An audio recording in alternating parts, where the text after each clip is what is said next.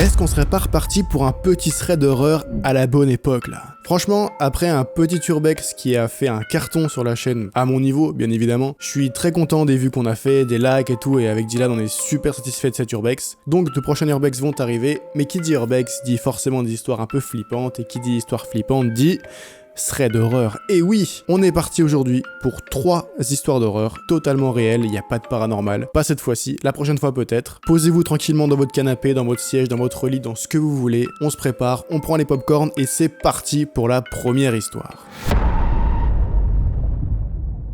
La première histoire commence en 2019. Une jeune fille nommée Lara, âgée de 18 ans, vit au Portugal. Née et élevée dans ce pays jusqu'à l'âge de 5 ans, elle avait ensuite déménagé en Suisse avec sa famille qui recherchait de meilleures opportunités de vie. Toutefois, la famille s'est agrandie et Lara a eu une petite sœur. La famille a alors conclu qu'il était important de retourner vivre près de leurs proches au Portugal. À leur retour, ils s'installent dans une maison appartenant à la tante du père de Lara. Les premières années se passent sans problème, Lara réussit à s'adapter à sa nouvelle vie, elle retrouve ses amis d'enfance et ses parents adoptent même un berger allemand pour renforcer la sécurité de leur maison. Tout semblait se dérouler pour le mieux. Cependant, en 2021, l'atmosphère de la maison prend une tournure inquiétante.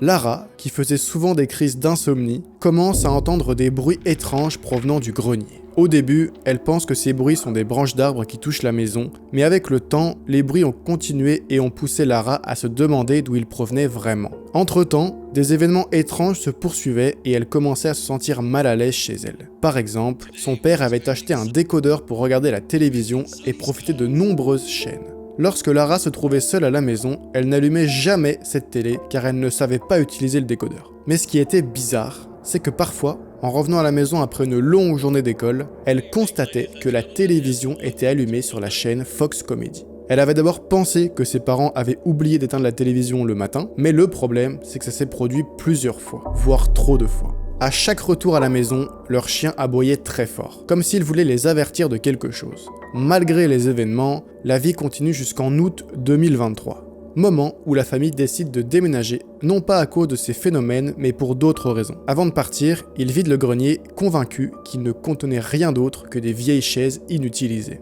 La véritable nature des événements ne se révèle qu'avec l'arrivée de Bruno, le nouveau locataire de la maison. Peintre de profession, Bruno envisage d'utiliser le grenier comme espace de travail. En nettoyant le lieu, il tombe sur une grande boîte qui semblait avoir été oubliée. Se préparant à avertir la famille de Lara de l'oubli de cette boîte, à sa grande surprise, à l'intérieur, il découvre un homme vivant dans des conditions précaires, entouré de pain et d'une bouteille d'urine.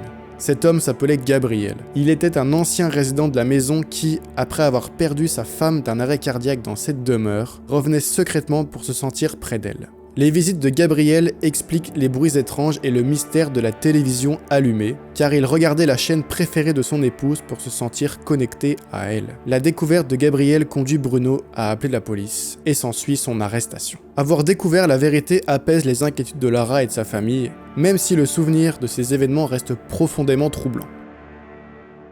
Cette première histoire, elle est vraiment cool. Il faut savoir que dans la vraie vie, Gabriel, qui était au grenier, il a encouru de la prison, parce que clairement c'est illégal. Il avait en réalité toujours un double des clés qu'il avait secrètement gardé, et c'est comme ça qu'il arrivait à s'introduire dans la maison sans que personne le sache. Ce que j'aime bien avec cette histoire, c'est que de 1, elle est authentique, et de 2, c'est qu'on a aussi les deux points de vue. On a aussi le point de vue de l'homme qui est censé nous faire flipper, et on sait pertinemment que là c'est quelque chose qui est plutôt nostalgique. Dans le fond, c'est un geste très beau de sa part. Par contre, la maison elle est plus à lui, et puis bon...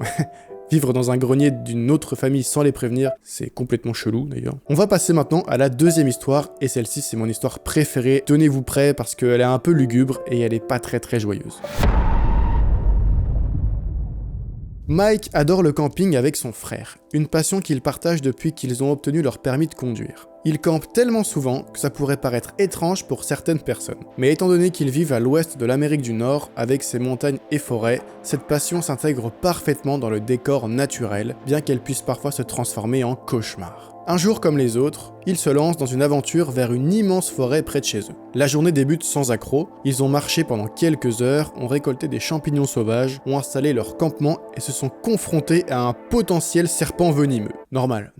Cependant, l'ennui les pousse à reprendre leur route, s'enfonçant davantage dans la forêt. Mais la tranquillité de leur périple sera bientôt rompue par une odeur répugnante. Pensant d'abord à un animal mort, le frère de Mike se met à rechercher d'où provient la source. Il faut savoir que le frère de Mike collectionne les bois de cerf. Son intérêt pour la collecte de bois est donc bien connu. Mike, laissant son frère mener l'enquête, reste en arrière et décide de l'attendre. Mais un cri perçant brise le silence. Au début, il pense à une blague de son frère, mais il se rend vite compte que le cri venait de lui. Arrivé à côté de lui, il découvre la source du problème. Un sac poubelle déchiré révélant le corps mutilé d'une jeune fille, victime des prédateurs locaux. Je vous passe les détails qui pourraient être choquants. Le choc est tellement insupportable qu'il s'empresse de rejoindre la ville la plus proche, se loge dans un hôtel et appelle la police. Traumatisé par cette découverte, les randonnées cessent. Son frère devient anormalement silencieux, hanté par la peur. Un jour, Mike a décidé de faire un projet de menuiserie pour se sortir cette histoire de l'esprit. Alors qu'il se rendait dans son abri, il a aperçu le même cadavre, clair comme de l'eau de roche, le regardant debout, puis il a rapidement disparu dès qu'il l'a regardé. Il s'est précipité vers l'endroit où il était et n'a rien vu qui indique la présence de celui-ci. Il a pensé à une hallucination de son esprit traumatisé qui lui avait joué un tour. Mais les apparitions de cette silhouette commencent à le hanter.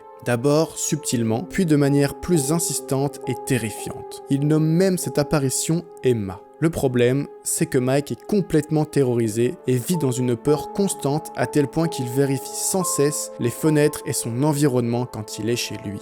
Mais une nuit, lorsque Mike alla aux toilettes, il ressentit clairement la présence d'Emma dans sa maison. Il sentait des yeux sur lui. Il a regardé à sa droite et l'horreur s'apparenta. Emma était debout. Dans sa maison, elle se tenait comme le ferait un humain normal. Il a cligné des yeux, mais cette fois-ci, elle était toujours là. Ressentant un froid qui lui glaça le sang, il a filé vers sa voiture et est allé à l'hôtel le plus proche. La maison de son frère était située non loin de sa maison, mais il n'a pas osé lui dire que le corps qu'ils avaient trouvé le hantait. Il vit maintenant à l'hôtel, hésitant à rentrer chez lui ou à partager cette histoire avec son frère, conscient que cette vérité pourrait le briser. La révélation de ses hallucinations reste donc en suspens, reportée au moment où il se sentira prêt à affronter les conséquences de cette triste découverte.